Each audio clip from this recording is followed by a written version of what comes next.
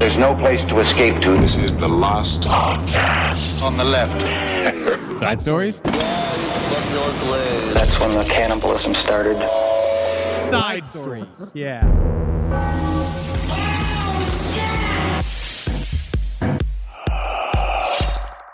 Man, big news. Big Isn't it news always? from the Denver Zoo. From the Denver. Oh, okay, I thought you meant big news from you. No. Big news. Denver Zoo saying looking for people to help jerk off elephants. It's not even a joke. Is that no? Well, is the wording the exact same in the Craigslist listing? The Denver Zoo has become very big in the elephant sperm business, according to the headline. The Denver Zoo now specializes in the acquisition and study of elephant semen. Now, what do you think that means? Acquisition of elephant semen. What does that mean? Do you think that they go to a board meeting? Do you think there's a hostile takeover? Do you think you take and purchase all of the stocks that the elephant has in its own cum? Is that how that happens? I mean, we were talking about this before the show, and you imagine a person who goes in and manually masturbates. That is what it is. That is what it is. Do they put him in a stall? Look at this. Look at this hardworking sex worker of a zookeeper. Yeah, he's reaching in behind. Yeah, so he's also in the fire zone of the again, butthole. We cherish our sex workers here. We do. And our zookeepers, especially our zoo sex workers. I know it's more than that, but you also, at some point, email me, sidestorieslpotl@gmail.com.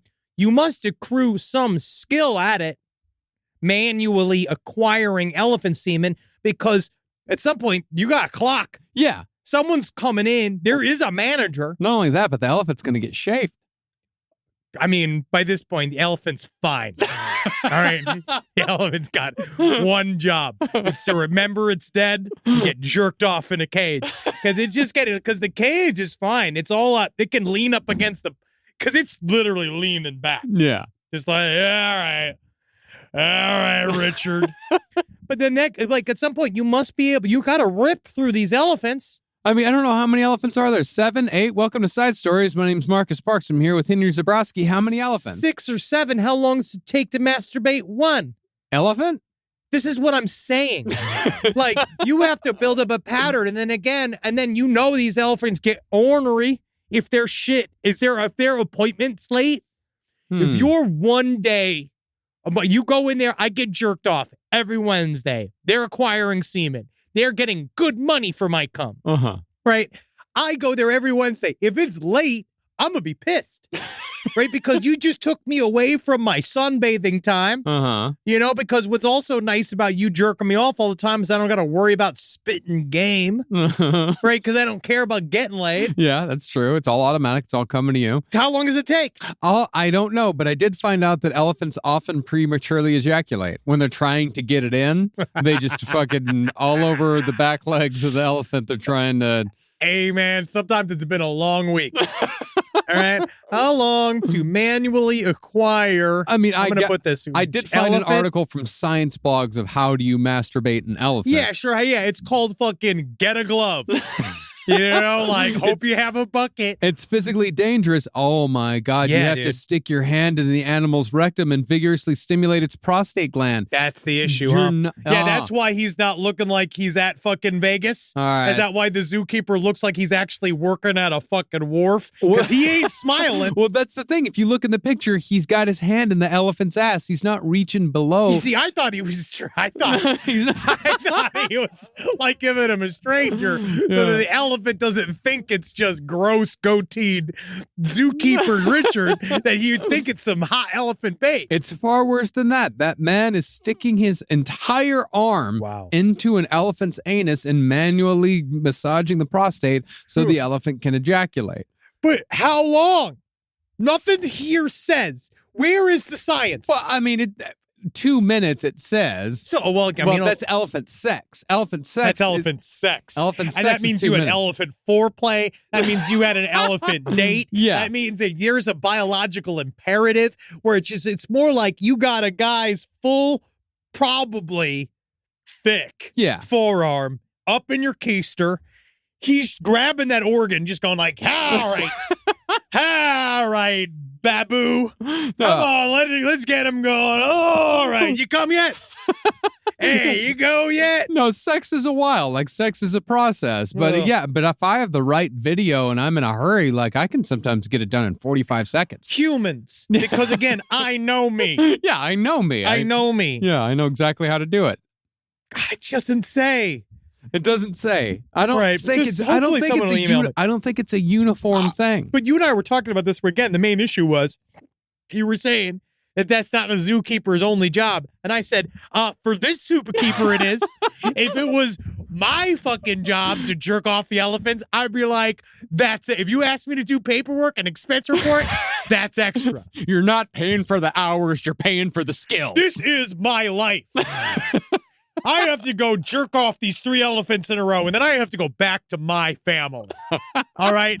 And my wife never gives me the same appreciation that Babu does, because when I come in here, Babu's ready to go. His butt's leaning against the frame. He's waggling it back and forth, remembering my cologne. And she gives me nothing. God damn it, Deborah. Yeah. No, Babu is just Babu's a simple animal. It's just a machine. He knows what he's doing. He knows what he's there for. Babu wants for nothing. Elephants have emotional memory. They do have emotional memory. I forget. I don't mean to malign the elephant. I don't mean to simplify these majestic creatures in any way. This is from 1986. The method used to collect semen by rectal stimulation was previously reported by Price. What a fun guy he must have been. In brief, the protrusion and erection of the penis was accomplished by rectal massage of the pelvic portion of the urethra. Yep. Oh, yeah, you're not even going to that's not the prostate. You got to go right into the tube. Yeah, man. All right, following protrusion, the penis was cleaned and dried. And a collection sleeve that plays over the end It's of the penis. always collection sleeves. Yeah. That's what I'm talking. I keep telling you guys is that I've been saying this for years. We've been on the subject It's not a of bucket. fucking animal semen and animal semen collection since the early days of Round Man, Table. you're getting jerked off from your butt and you still have to wear a condom? How much does that suck? It's a collection sleeve. It's so much better than a what do you think? You think they ought to just put a fucking tub in front of them? Just put a tub. Oh, just let the elephant come Put a into the fake tub. elephant pussy or butt. It's still going to be a sleeve at the end of it. But you don't put it inside. You just let it go on top and then let the trainees come in, the interns, scrape it off with the thing they use to clean the table at a fine dining restaurant. They scrape off the sides of the butt into a sleeve or into a, which I don't imagine it's like what they use for icing for a cake. The thing about the sleeve too is that I would imagine you would have to, like, you know, when you have to take a COVID test and you have to squeeze the the Q-tip at the end. It's a lot. I think you'd probably have to do the same thing with the elephant sleeve. Again, You that's have to my one job. That's my one job. Oh, take out the trash? No, thank you. I just toothpaste tube squeezed a bunch of fucking rancid elephant cum out of this thin bag that I had to deal with. I had to look at it all day. My job is over. Yeah. Do you have to? I bet you have to wipe off the dick at the end too. You have to wipe it off so it doesn't get crusty. God, now look at that elephant face. It's been like, I ain't got hands. That elephant being like, all right, yeah. Well, Yeah. all right, come on. Come on, fancy. Come on. Make it clean. Last thing I saw, a little bit's left. That's really fucked up. Well, I'm glad I'm just a professional podcaster. That's right. We don't have to deal with such things. No, just with each other. Yeah. You wait until you have to fucking rectally jerk me off so that I have to do the show. Just you with the big... I'm not doing it. I'm not going on. Not until Marcus gets here. I'm not doing it. Yeah, that's I think it's what, 2033? Yeah, when everything's become so bizarre between the two of us. All right, come on, squeeze the bag. Time you get here, that's my inner bag. But we at least have prostate, so we like it. Yeah, that is true. Well, I'm not. You would like it. I mean, I don't know. I've never had it. You've never had your prostate squeezed? No. Huh. Interesting. Oh, yeah, that's right. You don't like butt stuff. It's fragile there. Yeah, mine's become fragile. I had to give it up. Hey, man, something's got to give. Not because of the butt stuff, just because of a growing boy. This is 40. Yeah, this is 40. Seriously. Yeah. But some guys just take it up then. It was 35. Yeah, and the doctor, the first thing when I started having the bleeding butthole that we talked about many times before, the first thing the doctor asked is, "Have you been putting anything up there?" And I said, You're like, "No." whatever, man. And I said, "No," and he said, you can tell me. Yeah, Have I you been noticed. putting anything up there? There's a bit of a cylinder here. I said, no. No, Not in a sir. while. It's It's been a minute. Nothing recently that would have caused a rupture. You know, man, ready to fucking filth. He knows you put shit in your ass. And it's fine, though. I think it's good that fine. you did. It's good. Yeah, no, it was fine. It was a fine period. All right. But now it's over. And now it's done. It's done. And it's done. over. When I no longer was a child, I put away childish things. Well, good. This brings us to our updates. Number 1, Gao Han isn't the only person who's seen a UFO in her family. I keep thinking about her just being like, it's just amazing how special they were. But it turned out her husband, the incredible Kurt Russell, he believes he's the first person to report the Phoenix Lights. Yeah, that's incredible. Well, I mean, it seems like the story matches up. I mean, it's a very interesting story. He said that. Oh, yeah, according to Kurt Russell. Yeah. I was flying. Oliver, it's my son, to go see his girlfriend, and we were on approach. Well, I saw 6 lights over the airport in absolute uniform in a V shape. Oliver said to me, I was just looking at him. I was coming in. We're maybe half a mile out. And Oliver said, Paw, what are those lights? Then I kind of came out of my reverie and I said, I don't know what they are, son. And he said, are we okay here, Paw? And I said, yeah, I'm going to call it. And I reported it. He was the first person to see it. He was, yeah. He was coming on approach, and it wasn't. Snake Plissken's the man, dude. Oh man, Kurt Russell's so fucking cool. It's like Kurt Russell's one of those guys that has like the catchphrase for. He doesn't really have a catchphrase, but he kind of has a catchphrase. We talk about it in our house all the time. Kurt Russell's catchphrase is "Listen, lady." Yeah. Whoa. Yeah. Like, can you imagine? Listen, lady. Wow, I can actually hear him say that. You can hear him saying "Listen, lady." And you can hear him saying it in multiple movies. Listen, lady. Wow, that is true.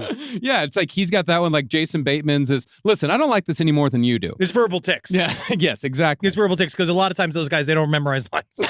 So they just kind of say stuff. It's like, it's Owen Wilson's, wow. Yeah, wow. People tell me we have verbal tics. I would imagine. And then it hurts my brain. Don't tell me what mine is. No, I I won't. don't want to know. No, I already know which ones mine kind of are. Yes. Because I'm a limited writer. What can we do? Oh, We're just constantly talking. And then if I get caught in a loop, all of a sudden I am saying it all the time and I don't mean to be. Yeah. Because I just have to. I never stop talking. I've not stopped talking since I woke up. No, I know. So you I haven't. know what comes out. No, you can only say so. There's only so many ways that you can say. That's why I said the other day when I was writing the episode, and I said something about when that frog gets punched? It's hard to. It was a slippery frog to peg. Strangest term I'd ever heard. Yeah. It's Yeah, because I'd written like 40 pages that week, and you can only come up with so many different ways to say and shit. I don't know. Just ask Stephen King. Mm. Because he comes up with wackadoo shit all day long. There's always some guy named he comes up with good new nicknames and turns of phrases all the time, like skiddy skidoo, or like you tell them shitters. No, that's what I was just about to say. Is that the shitters, and but then he did that for an entire book, though. That was Christine. Most of the book was like half of it was shitters. But every book has one of those. Those weird verbal It always things. has some like turn of phrase some character has, because again, he's the master, and I guess he created us. I suppose he did. Now another update. Erin Patterson, crying bitch from New Zealand, who is sad about the mushrooms, that she's now finally been arrested for poisoning her family using death cap mushrooms inside of a beef Wellington. She said her biggest defense so far is that I got sick too, but that's because you were trying to hide the fact that you were poisoning the family, so you put less mushrooms into your serving. I mean, again, innocent until proven guilty. So these are allegations, but look at that face. Yeah. It is hard because now, I feel like the biggest suspicious thing with her case was what they revealed was that the death cap mushrooms were in fact ground up with button mushrooms. Yeah, and that would make it very difficult for her to control her portion size, wouldn't it? I just think that she just kind of put it in one half. Yeah, in one half of and the then welly. she cut one half, and then she took an end. She's like, I like the end. Mm-hmm. You know what I mean? And then she cut the end. That's how you do it. Yeah. But I do think like that really speaks more to her guiltiness. Yeah. You did try to cover it up. Yeah, You of tried to course. hide it. Yeah, if she says, like, I got sick too, it's like that actually is worse for your case. Yeah, it's probably just because you had death cap mushroom residue all over your hands. You got it all over you. Her name is. Oh no, she's not. Her name is Erin Patterson. I thought she's from Leongatha. No, Leongatha. That's the actual town. The Leongatha. Man, there's some great fucking New Zealand names in here. There really is. Wonthaggi, Gippsland, Leongatha woman, Erin Patterson. See, this thing, she also did the thing where she tried to blame the Asian market. She did that because she said she bought them and she just didn't know what they were. And as we know, and I got many messages from mycologists and people who work with mushrooms all the time, that is like the number one lesson. If you have any sort of understanding about mushrooms or have worked with mushrooms at all, is that you don't eat it if you don't know what the fuck it is. Yes, exactly. I actually have heard that death's cap mushrooms are making a big comeback here in the U.S., and they're saying that foraging is getting really dangerous here. You just got to be careful. Where are they? Where are death cap? Let me look at this death cap mushroom. I mean, it's kind of got like, it looks like any type of mushroom. I guess that is what's hard about it. It does look like a type of mushroom, but it doesn't look like button mushrooms. Yeah, they're invasive. They're thriving in North America. This came out just in August. This was in National Geographic. I don't know. I just feel like they don't sell them at the store. So I think it's very difficult to get them at the store. Well, they do look very similar to regular mushrooms. They're not it's not like they have like a big death's head on them or anything like that. But they don't sell them at the store. So you would not have gotten them at the store. No. They definitely arrived at her home from outside of the store. It seemed like they were a mail order. Obviously, this will go to trial. But now that she has been arrested, this is one of those places, I believe, especially in New Zealand, where number one, they're a little bit more responsible with their terms of you're innocent till you're proven guilty. More often than not, if you do a crime in Australia or New Zealand and you have yet to be pronounced either way, they hide your identity. Yeah. But she seemed to have kind of grasped the public attention. I'm not sure if that's just because it's New Zealand, but she it ain't looking good because if they would not have arrested her if they didn't have some form of significant evidence. But again, she is innocent until proven guilty. That is true. Did we once get a cease and desist about that? Because you've been really hitting that hard. No, it's important to remember. Okay. I just think, honestly, I think it's because of talking about true crime so often. And we got into a thing before when we were starting to talk about the Brian Kohberger case. Yeah. Without any factoids. And you kind of get the problem with the constant reporting on a subject before you're at trial is that everything changes. It's tough. All the time. So we were constantly changing and chasing after corrections. Yeah. And people saying, that's wrong, that's wrong. So now it's kind of me, I try to wait until we get to the trial because now I don't know what fucking happened to me. I got the C-SPAN disease that you guys all got where I watch trial footage all the time. Yeah. No, it's fun, man. I find it very comforting to just put it on in the house. Just put court TV on in the house. I watch it all the time. Yeah, it's wonderful. Also helps me think about my trials. You mean how I'll your approach. personal trial? Oh, your future trials, not your personal trials and tribulations. No, how I'll approach. I think the big thing too is being like, "Fuck you, I'm out." Each time you don't like it, and then make them beg you to come back to the stand, right? And then wear a shirt that says, "I'm innocent, you whores," right? I feel like that's also big. Again, coming on strong. Yeah. And then, same time though, if the evidence comes out, cry truthfully. That's also important. I think that's important to also master. Yeah, so you're in the big personality school of law. I'm innocent until there's evidence, and then it's been let's think about how I can come back here. All right, let's think about maybe I'm going to say I'm sorry. Yeah, okay. I understand that. Rise from your grave. This next one more update. Now, this was before your time on Side Stories, but it is interesting that we got an update from the Campbell family, James and Brittany. Now, they were a part of a really insane tale that I'm glad has not happened to me, and I don't want it to happen to me, where their home, they went on vacation with their two children, and their home was then occupied by a man by the name of Ezekiel Zayas, who then destroyed their whole home, created what was the then aforementioned piss shrine, which was what we talked a little bit before the show about the semantics of a shrine. Yeah. But it seemed to be his own goals Yeah, is 'cause what the shrines were. It was a pile of shit with his pistol on the bed. my point was that you can't really make a shrine to it. A shrine cannot be unto itself because it seems like it's just a big puddle of piss on. Again, I think it's just the piss. You think it's a celebration of piss? Yes. Okay. Yeah, and they Using his own piss. using his own piss, and then he fucked up the house. He went through he made an inventory of all the things that they owned inside of their home. They saw all of their kitchenware was piled up, and he was wearing James Campbell's clothes when they arrived. But the really unsettling part was a series of manifestos that he had left behind saying about how he was going to do sexual surgery to them and the children, and he was going to turn them from rat creatures to the perfect specimens. He believed that the family were rat creatures. Yes, and he had a lot of ideas. Okay. I honestly think that's what he was most guilty of. Too many ideas. Yes, and then he just didn't know how to get it out. But then he obviously got arrested, but there has been an update. So this was in 2020, but he has just now, I believe, been sentenced. He murdered his cellmate.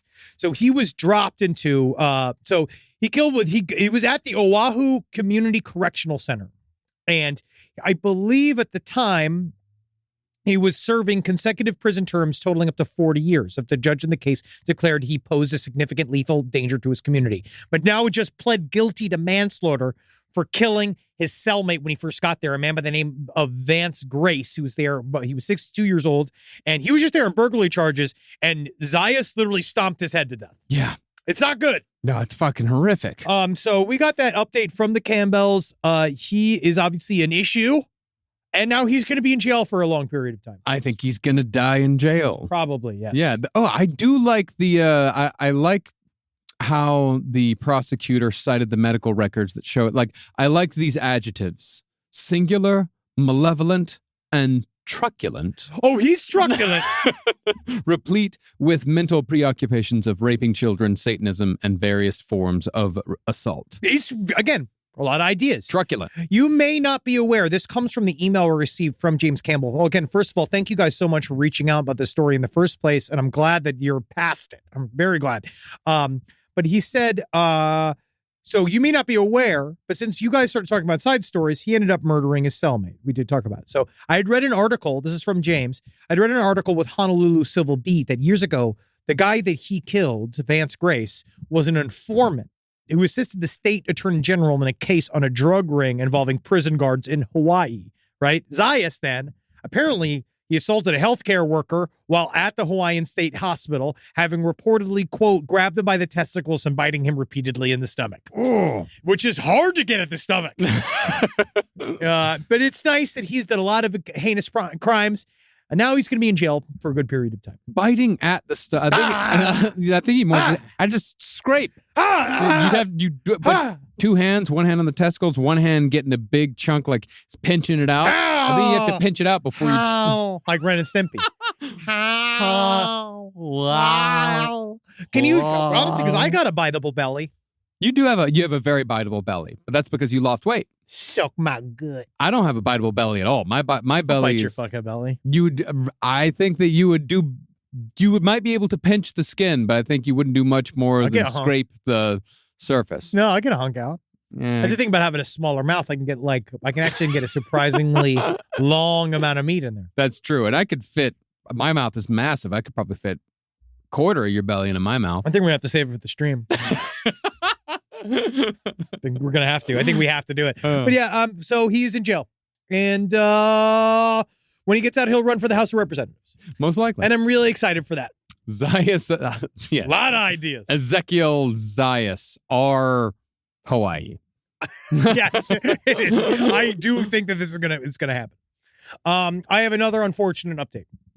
Our favorite, or soon to be favorite, Prue Leith from the Great British Bake Off. Now, Right. I've gotten a couple of these, right? So I don't know if you covered or you watch oh God, what is it called? Worst Cooks in America? No, I never did. Fuck you.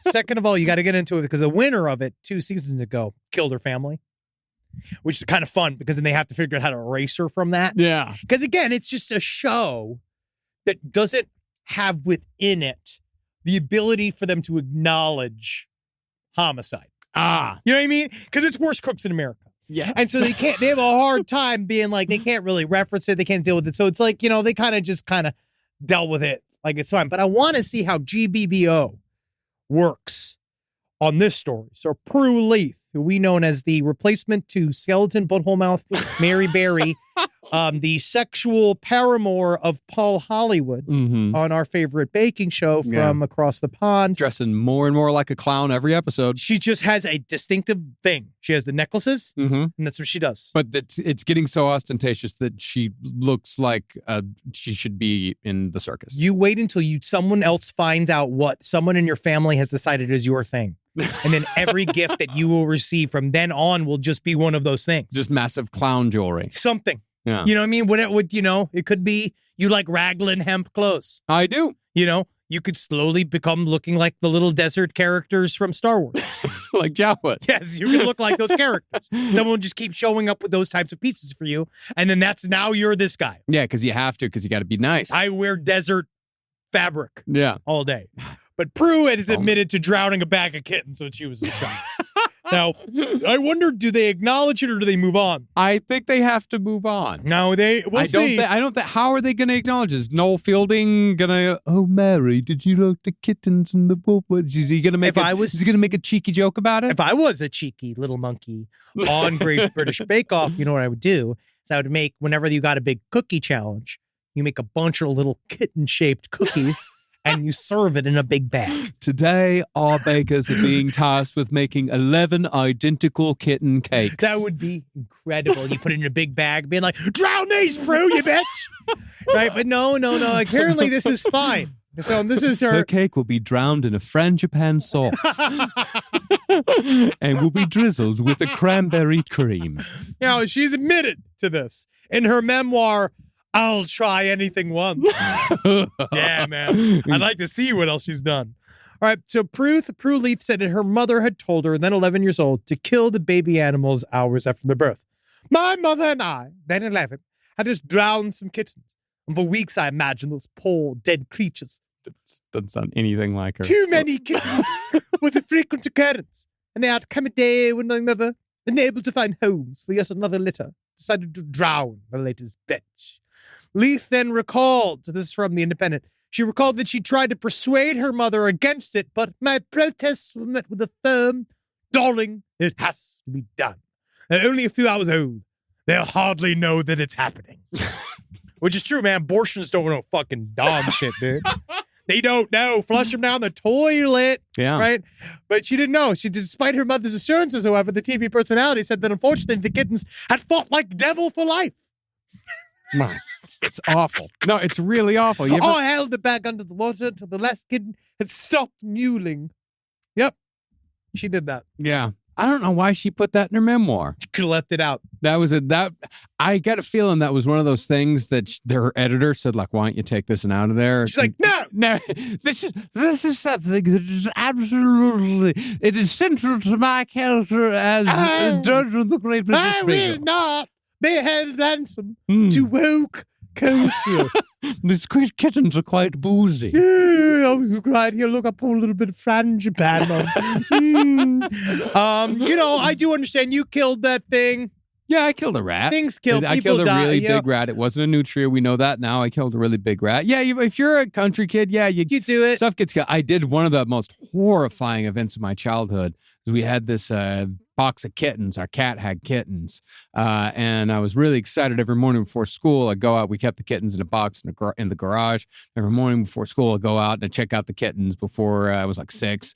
And I went out one morning and found that the tomcat that had impregnated our cat had slaughtered all of the kittens in the most brutal fashion, and it was just a big box of gore that was just waiting for me, and I freaked out. I just lost my fucking mind. But then they still sent me to school anyway, and after about like 2 hours of me I just fucking lost it in class. Just I couldn't fucking handle it because it's just gore, just so much fucking just chunks of kittens just flying through my fucking brain. Yeah, and then they sent me home. Hey, They finally sent me. It took a while because they thought I could just tough it out, but yeah, turns out a 6-year-old gets real fucked up when he sees like a big box of gore, like the thing that he loves and looks forward to seeing every day, that gets turned into just like a fucking blender.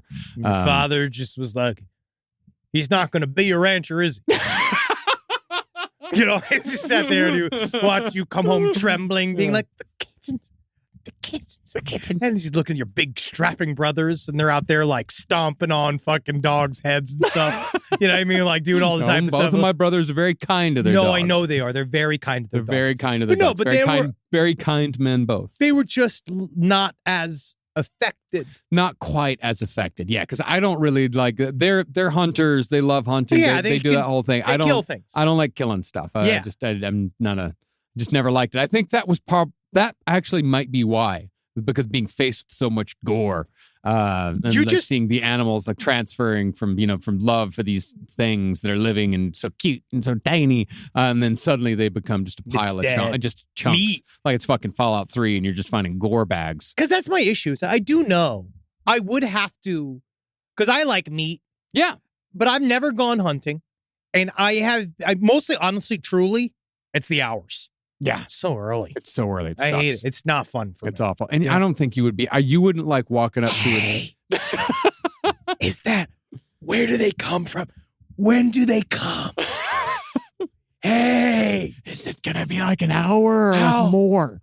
Can I watch YouTube? Actually, they do. On my phone? They do? Yeah. I thought you're supposed to sit there and take in the shadows. Well, it depends on how serious you want to get with it. But yeah, sometimes they do just sit there and watch it on their phones while they're waiting for the deer to come up. But I feel like I could shoot the thing. See, but I have a hard time with cutting it open. But then part of me makes me feel really sad. I feel really sad. I accidentally, and this is true, I hurt a mouse. Like as it was coming, it was stuck up inside where my gate opens. Yeah. And I definitely heard it, and I felt horrible all day. But then did you put it out of its misery? No, because I knew the cats were coming. Oh. So a bunch of cats came and took care of him, because my neighborhood cats, I watched them, were like, the way that cat looks at something like that, where it was like, yes, excellent. Like, and so I just knew that they were going to come clean up the job. Fair enough. I wish I would have been able to do that with the. No, because I looked at it and then I saw the cats next to it, because I was like, am I going to have to? Because I was just going to put it on the street and I was going to roll over with the car. Yeah, that's actually pretty good. Right? Yeah, that actually would have been a much better thing to do than the stomping. Yeah, I know I'm not stomping it. No. Yeah, no, just put it under the car wheel. Hunt.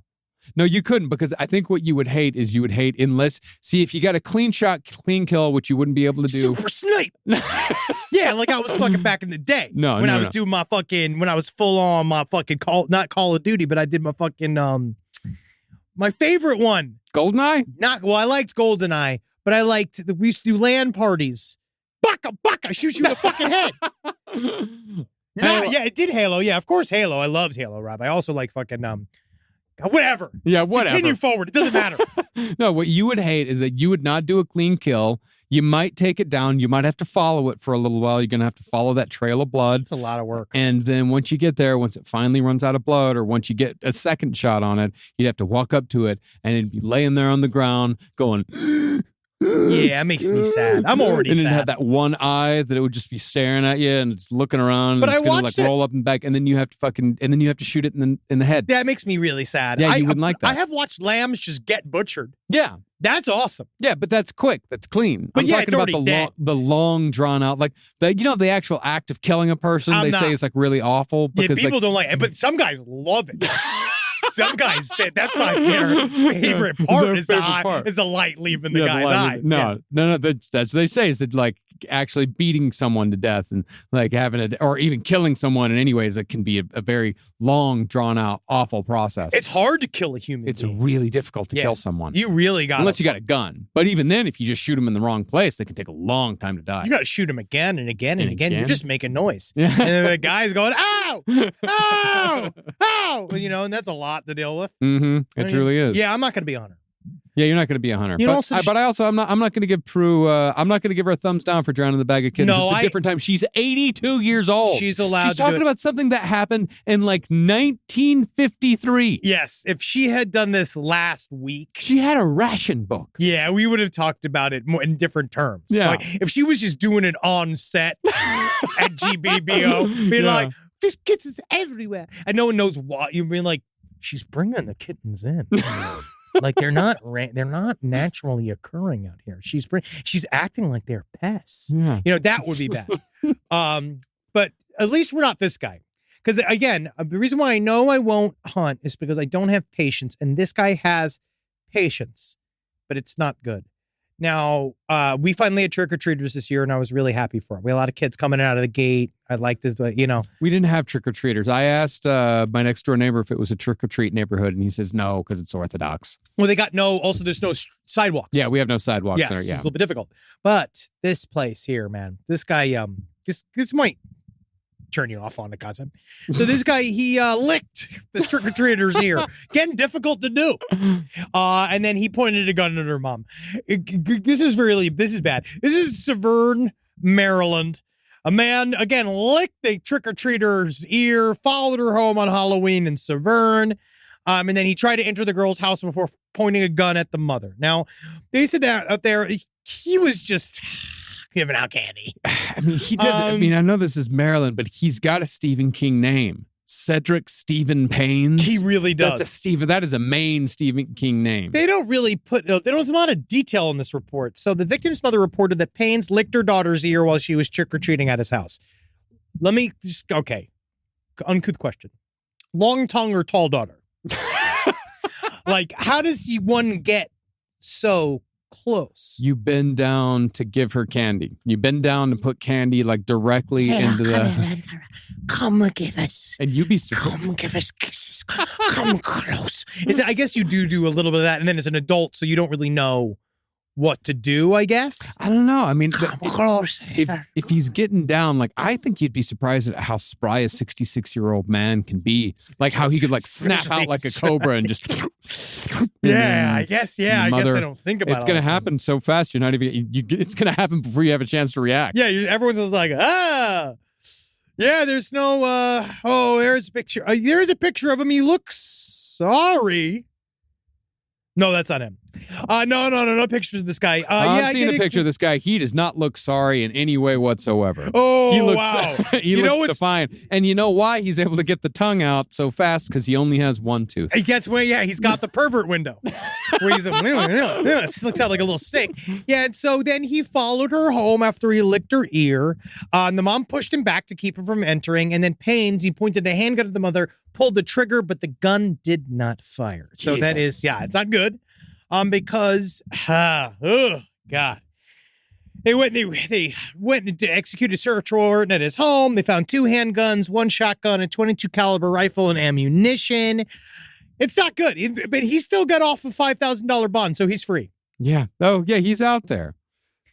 Wow. And oh my God, did you see a fucking TV station actually went and did an interview with him and got to get his side of the story? What's the side of the story? I thought she was a postage stamp. He was just trying to tell her a secret. Yeah. Oh, wow.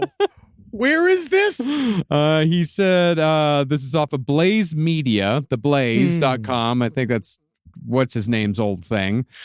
He said, quote, "No, let me tell you something. She was standing there and I was standing here, and then she got up and I said, boo. And she ran over there, and I ran over there, and I was going to tell her mother I didn't do nothing. I didn't touch her. I do the same joke with my grandson, and he jumps every time." Yeah, it's your grandson, okay? And he said he didn't pull a gun on anyone. Yeah, definitely not. He is, I don't know, man. I feel that he is trying to use grandfather privilege here, and I think that grandfather privilege more often than not needs to be revoked. Because it's the idea of just, this guy. Do you want to hear directly from him? Yes, please. Did you nibble that girl's ear? No, I tell her, let me tell you something. And she was sitting right there and I was sitting here. And she got up and I said, boo! So she ran over there. So I ran over there and I was going to tell her mother, I didn't do nothing, I didn't touch her.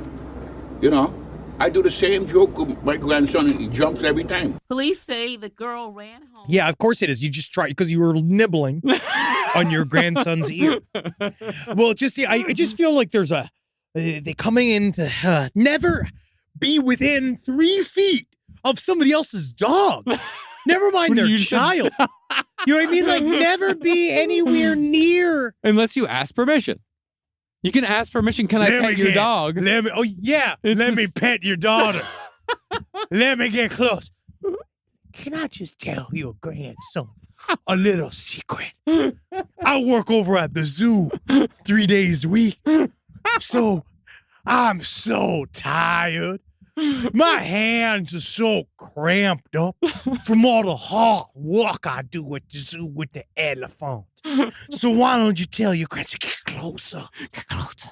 Get closer. Get a piece of candy for yourself. I'm going to tell you a secret. Yeah, sure. Yeah. Go on and get the secret. Wait a second. First of all, let me count your teeth. 4? Yep. Absolutely. Oh, yeah.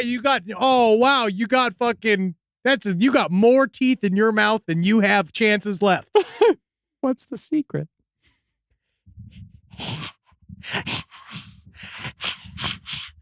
You're going to want to get into treasury bonds.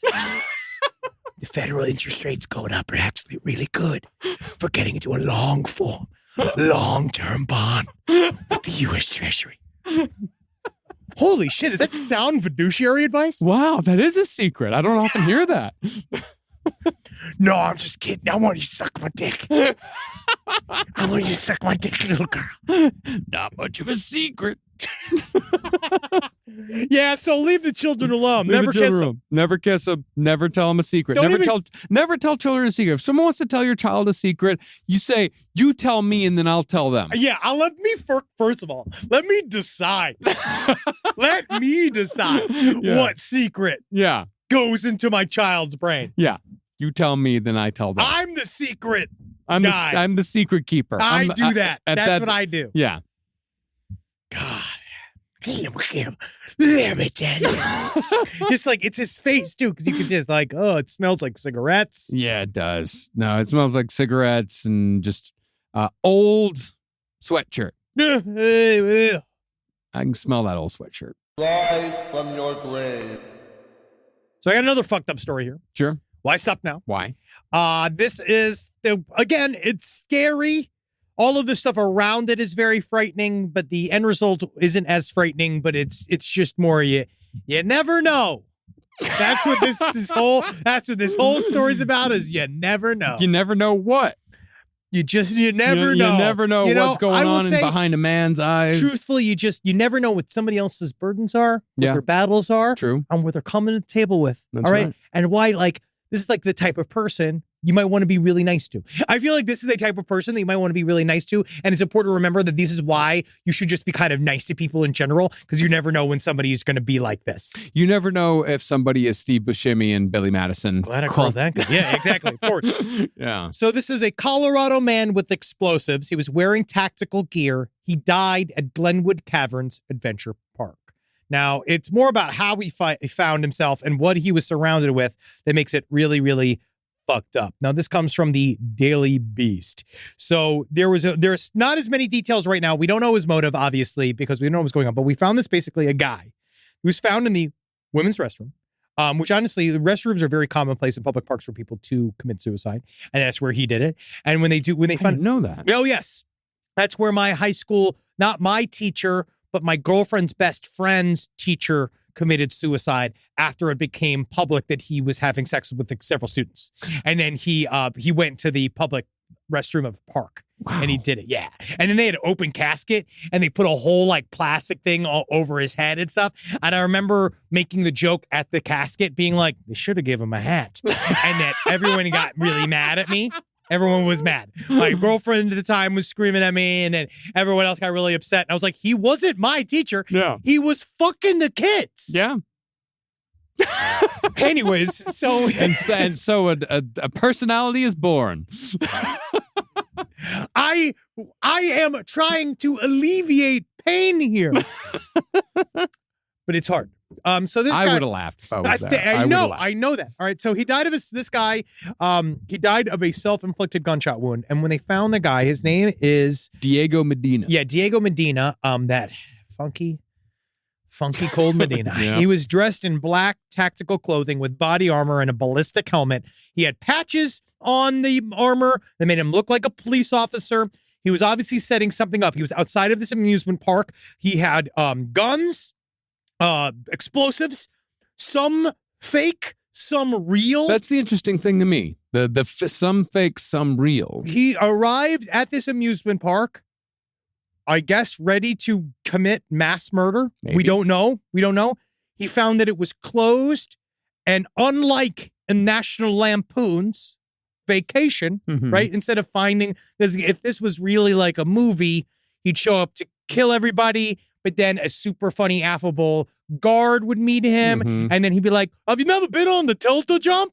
And he'd be like, "No, I've never been on the tilt-a-jump." And then they'd go, and then he'd discover the joy of roller coasters, and he wouldn't kill everybody, right? Right. But that didn't happen. He went to the gate, it was closed, and then he, I guess, decided to kill himself. And so then he committed suicide, and then he left a note next to his body.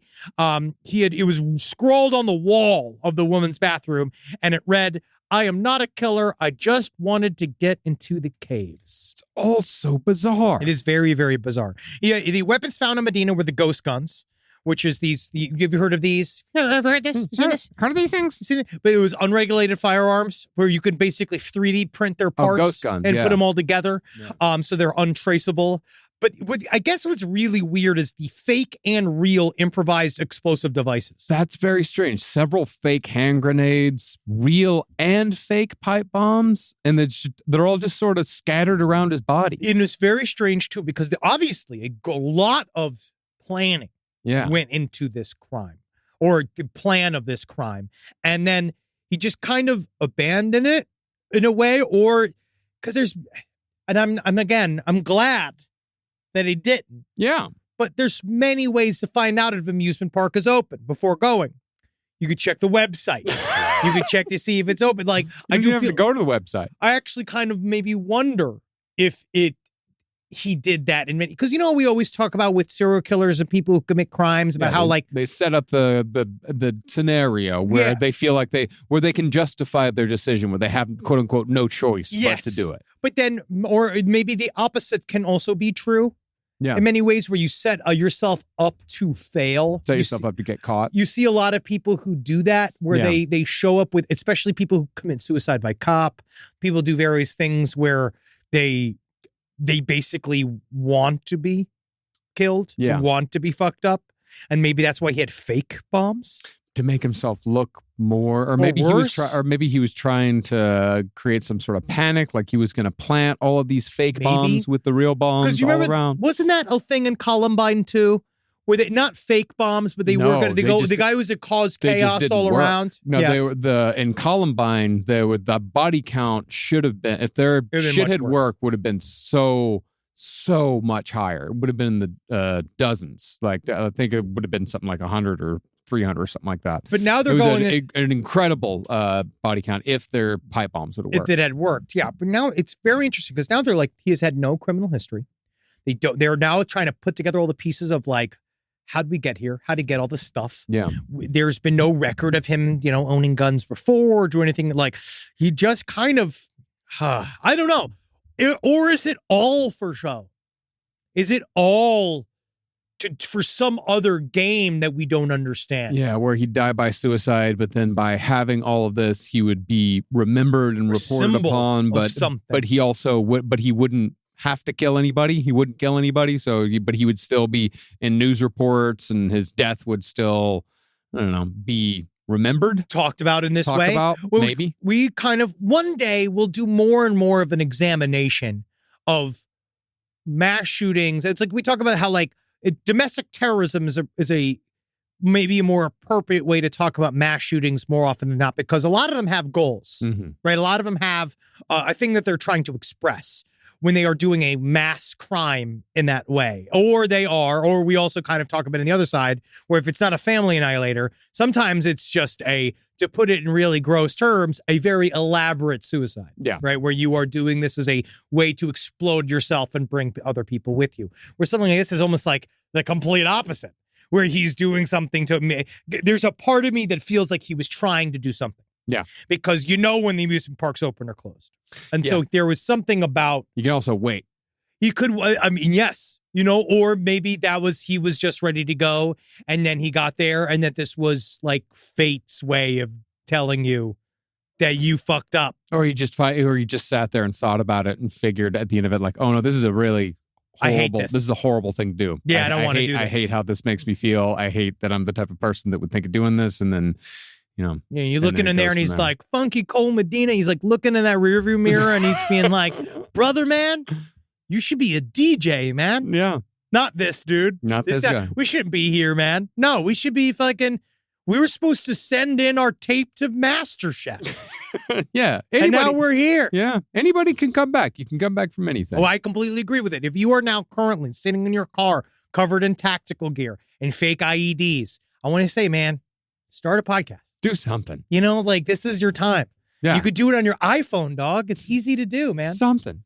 Yeah. Turn it into something constructive. Something constructive. Something constructive. But this is this would have been You a know what? terrifying. Does everything have to be monetized, though? Exactly. Do it just for your own. I don't make any money with my music. Never will. But he's losing money. I'm losing a lot of money making my music. All the equipment. It's so much. It costs. Playing synthesizers is It's a fucking Terrible. zero-sum game for him. All right? But it really is. I do it because I love it. yeah, so, do something because you love it. But this would have Even been, if it's collecting tactical gear. even if it is collecting tactical gear, just so long as you don't ever do anything tactical. No, with just wear it to the bank. Have fun with it. Being Yeah. like, I'm not, it. Yeah. Go to this grocery store wearing your tactical gear, but not armed. No, Don't take your guns out in public. no. Don't be that asshole. Can't we get you some cardboard guns? Yeah. So you can have it in your hand. Or maybe like a big inflatable gun, like the kind that they use in Who Framed Roger Rabbit. Yes. Yeah, that'd be great. But this would have been like an absolutely terrifying place to do a mass shooting because like the layout of this reminds me of the Anders Breivik shooting because Oh, yes. this adventure park, it can only be reached by, or guests actually reach it by gondola. All right. So Uh, you're stuck on the island. Yeah, so you're basically stuck on the island with this guy, just like the kids were during the whole, Anders Breivik massacre, which we'll be getting into here very soon. Can't wait. Can't wait for that one. Let's talk about a hero, though.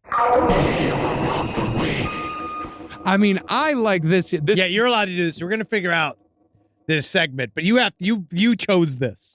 Well, it's because it's a Texas Tech. Yes. It's a Lubbock story. It's a Texas Tech story. Finally, a possum came on the field and put the Texas Tech football team out of its misery for a little bit. He was able to interrupt a game. Thankfully, Texas Tech won that game against TCU, but a possum came out on the field at good old Jones Stadium and just screamed and screamed as they dragged him off the field, going, "Ah." I love possums. I love possums he's cute. so much. He's good. He's a chunky little guy. Yeah, we have possum in my neighborhood. His name's Bob.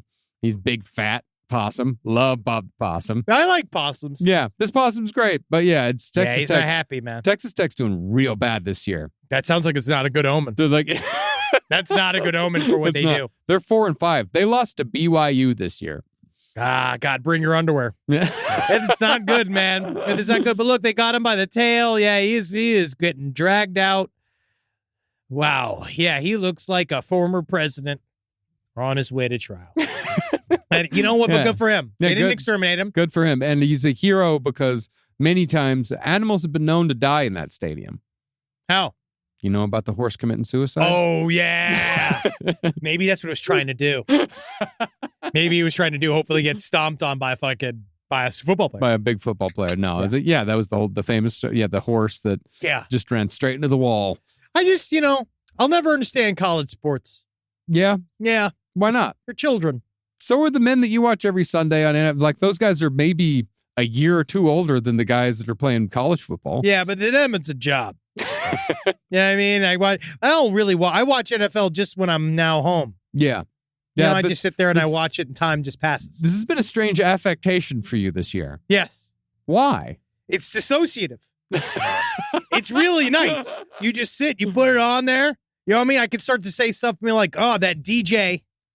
I could say stuff like that about like wide receivers. Oh, yeah. That wide receiver, he's really not pulling his weight. Yeah, he needs bigger hands.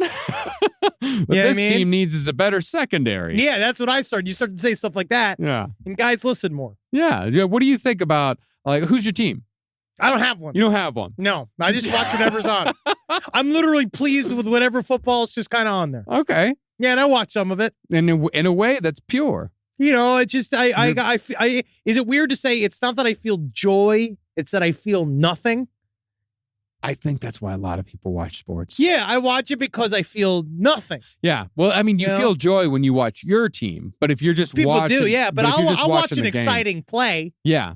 And then I kind of switch on and off, deciding whether or not I'm going to root for the team or not. That whatever. Normally, it's whoever's winning, Is who you root for. Yeah. Yeah, you are that type of guy. unless it's like unless it's a team I'm supposed to dislike. Oh, okay. You know, they're like, But now I'm rooting for the Miami Dolphins because of Ed. Oh, that's nice. It's fine. Again, it just fills time. Okay. I just now understand that's why guys do that. Yeah. I do that with Legos. Natalie loves Legos. I'm getting super into Legos. And she loves Legos. And guess what, man? They are fucking expensive. They're really expensive. And they're also huge. Yeah, they're massive. And they will fill your home. And the problem, though, is that just don't use it as complete decoration in your home because eventually you do look like Chris Chan. And it's unfortunate. Also, I'm not supposed to bring it up, but I did watch Chris Chan's new video, and it's not good. And they got a lot. They got higher production value. They got a higher production value. Don't worry, they deny the charges because they were, of course, the charges of having sex with their own mother. Yes, but because they were dropped by their dementia-ridden mother. So everything's cool. So, wait. So he said that they did not have sex with their dementia-ridden mother because they were dropped. The charges were dropped. The charges were dropped. So now it couldn't possibly have happened. So, but don't worry, they're going to make new content. But what I have been told, which is true, that you don't want to cover or be anywhere involved in the Chris Chan world because it follows you. Yeah. That it's a poltergeist. It seems like a smell that sticks to your clothing. People come for you. So people want me to be a Christorian. I've thought about it. I've been kind of slowly but surely dipping my shins in there. I did listen to you talk about it quite a bit on tour last year. I watched hours and hours and hours and hours and hours of it. There's hours left. Yeah, because there were I watched 48 parts of that documentary series. I mean it. That's like 60 hours. Yeah, because there was a time when I only saw, like before I moved here to LA, I'd only see you when we were out on the road, and all you would talk about was Chris Chan. I had to stop. But now I'm still fascinated because also the person that got, I believe it's her. Is it her or is it them? I get in trouble no matter what I say. Gotcha. You know? With the Chris Chan. With Chris Chan. Yeah. Let's just use the words Chris Chan.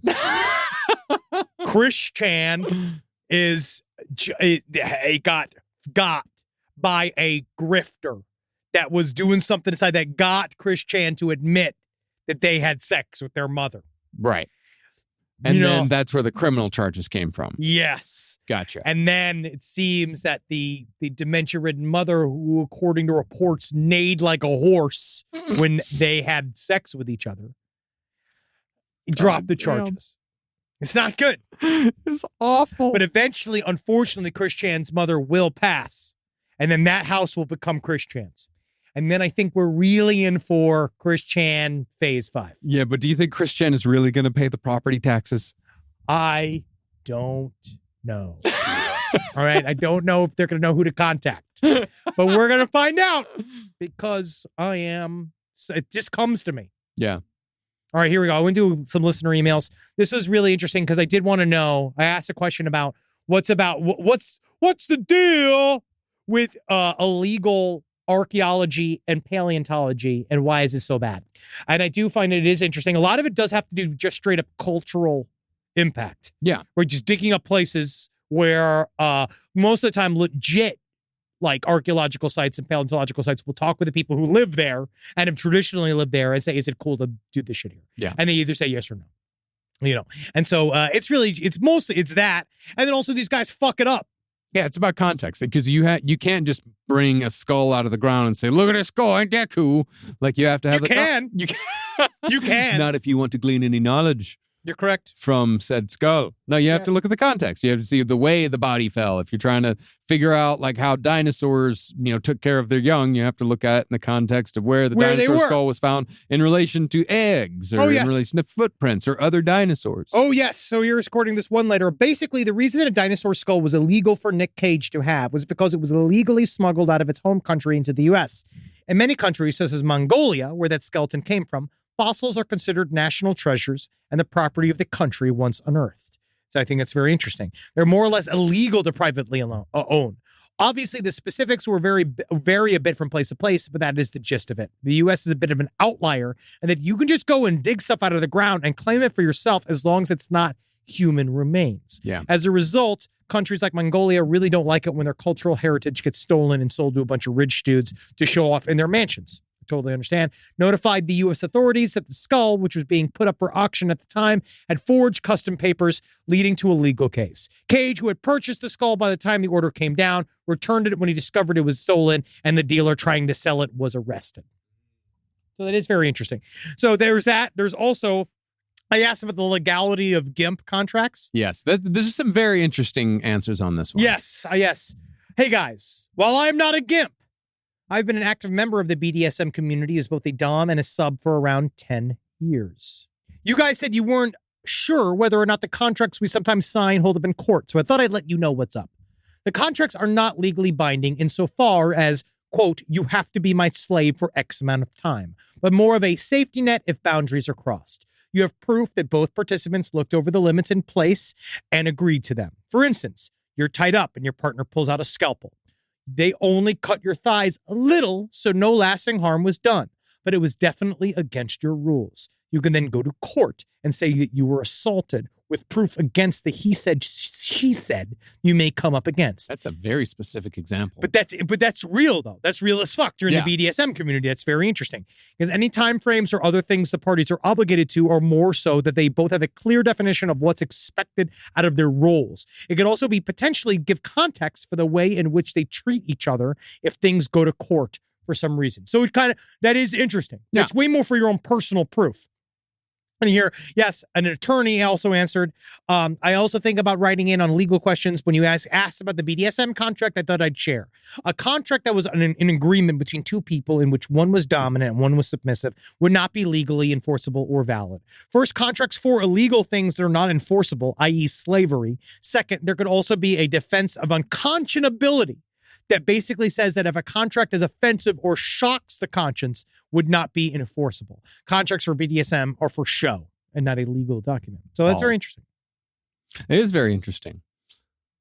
I think that we came upon something very good here. I have nothing to say. You fucking piece of shit. You fucking. All right, that's listener emails. We're going to do some creepy shit. As always, next week I got to go. We've got a super long one that I'm not going to read through right now. I'm going to do it safe. All right, sounds good. I'm good there. Live every day. You sign that GIMP contract your goddamn self. Yeah. Okay, I know, again, then you lose autonomy, but at least then you know, because then you can laugh when he's rimming you with a bowling ball pin because you have specifically put that item 4, section C, things that can be put in butt, right? And that is on the list because you want it in there and you've been fucking surprising. You didn't want any surprises. No. Right? But you were surprised when you found out that it felt good. Because you didn't learn it until you were in a league. An addendum. Yeah. Then all of a sudden you're in a league and now you got to do it. Yeah. Because now your buddy Carl's super into it. And then you'll go off with Carl. Because Carl understands. You'll love Carl and you'll love your relationship with Carl because, unfortunately, your wife just wasn't cutting the mustard. And Carl doesn't care about sticking things up your butt. No, he doesn't. That's it. Thank God for Carl. That's my triple L. Triple L? Yeah, you could take it from here. We got a new coffee line coming out next week. That's right. We're going to show you we're going to show you everything that you've ever wanted to know about coffee. Right? You're not going to fucking regret buying this coffee because it's going to remake the coffee world. It's literally brand new coffee. From the bottom up, this is coffee that is coffee that's not like the coffee Not you have drank yesterday or tomorrow. This is coffee. I'm drinking Spring Hill Jack right now. That's great. It is Spring Hill Jack. This is coffee that Remaking the. is coffee. You know how they say don't reinvent the wheel? We reinvented the coffee wheel. Yep. It's shit. No, it'll be coffee. You're gonna love it. It's gonna be It's very tasty. It's gonna be very good. And then get our new book, Operation Sunshine, is out there, available via Dark Horse, and get it at your local comic book store if you would. They're coming out monthly. Issue 2 is coming out very soon. I'm trying. Go check it out. So thank you, fuckers. Hail Sid. How game. Hail me. This show is made possible by listeners like you. Thanks to our ad sponsors. You can support our shows by supporting them. For more shows like the one you just listened to, go to lastpodcastnetwork.com.